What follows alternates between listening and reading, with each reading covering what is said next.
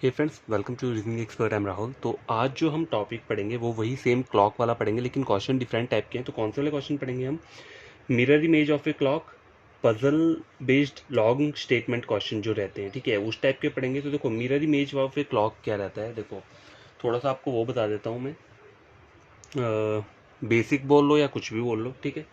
तो देखो यहाँ पे थोड़ा इसे यहाँ लिख देता हूँ मैं थोड़ा, जैसे कॉन्सेप्ट क्या रहेगा इसमें। देखो कॉन्सेप्ट क्या रहेगा, आपको करना क्या है। देखो टोटल जो हमारी क्लॉक रहती है, ठीक है, उसमें क्या रहता है 12, 1, 2, 3, 4, 5, 6, 7, 8, 9, 10, 11, यही रहता है ना timing.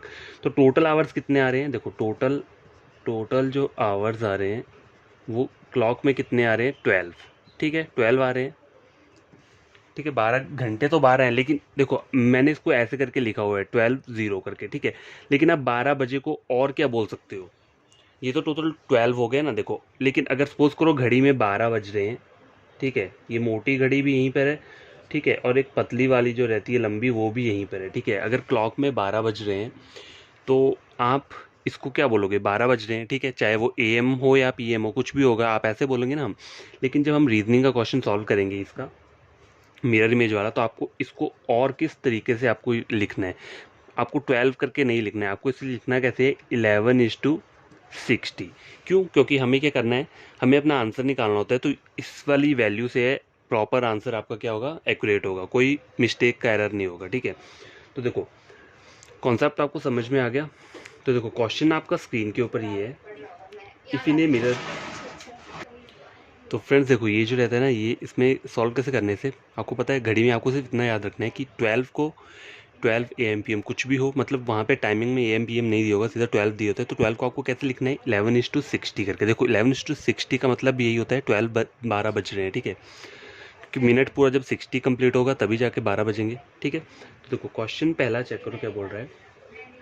If in a mirror a clock show the time of 4:15, what will be the right time, ठीक है। तो देखो गिवन टाइम यहाँ पे क्या दिए है आपको, जो गिवन टाइम मुझे दिया है, देखो गिवन टाइम क्या है यहाँ पे 3:15, ठीक है, सॉरी 3:15 नहीं है, 4:15 है, ठीक है। अब मैंने आपको बोला क्या है, आपको ये करना है 12 को आपको ऐसे लिखना है 11:6, ठीक है, ये याद रखना है। तो आपको अब इसमें करना क्या है, सीधा देखो 11:60, ये जो है इसको ऊपर लिखना है और इससे माइनस क्या करना है आपको, 4:15।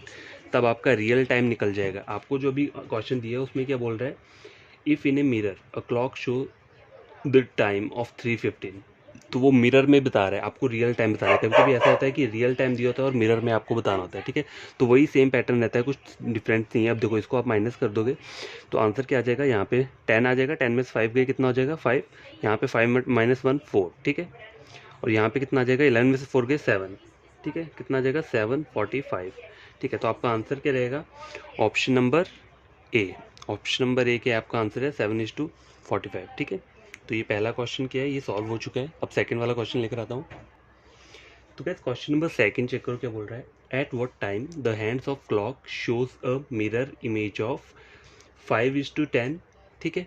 आपको बताना है कि मिरर में जो टाइम है वो क्या कब बनेगा, 5:10 कब बनेगा। तो देखो सीधा करना क्या है, मैंने आपको पहले ही बताया, आपको सिर्फ ये टाइम याद रखना है 11:60, ठीक है। इससे अब मुझे ऊपर गिवन टाइम क्या दिया है, 5:10 दिया हुआ है, ठीक है।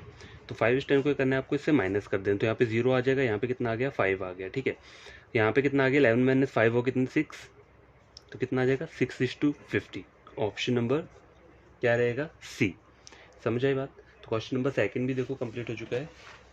क्वेश्चन नंबर थर्ड चेक करो। थर्ड क्या बोल रहा है, what time is shown by the mirror if the real time is 10:20, ठीक है। क्या बोल रहा है, what time is shown by the mirror, mirror में कौन सा टाइम आएगा जबकि रियल टाइम मुझे क्या दिया है 10:20, ठीक है। तो देखो करना कुछ नहीं है, आपको वही प्रोसीजर अप्लाई करना है। 11:60 को क्या करना है आपको, ये आपका मेन टाइम रख लो और माइनस क्या करना है आपको 10:20 को, ठीक है। 10:20 आपको क्या करना है, माइनस करना है इसमें से। तो क्या आ जाएगा, यहाँ पे 0 आ गया, 6 माइनस 2 कितना हो गया 4, ठीक है। अब देखो ये कैंसिल हो गया, यहाँ पे कितना आ जाएगा 1, ठीक है। तो आपका आंसर क्या रहेगा, ऑप्शन नंबर डी 1:40, ठीक है।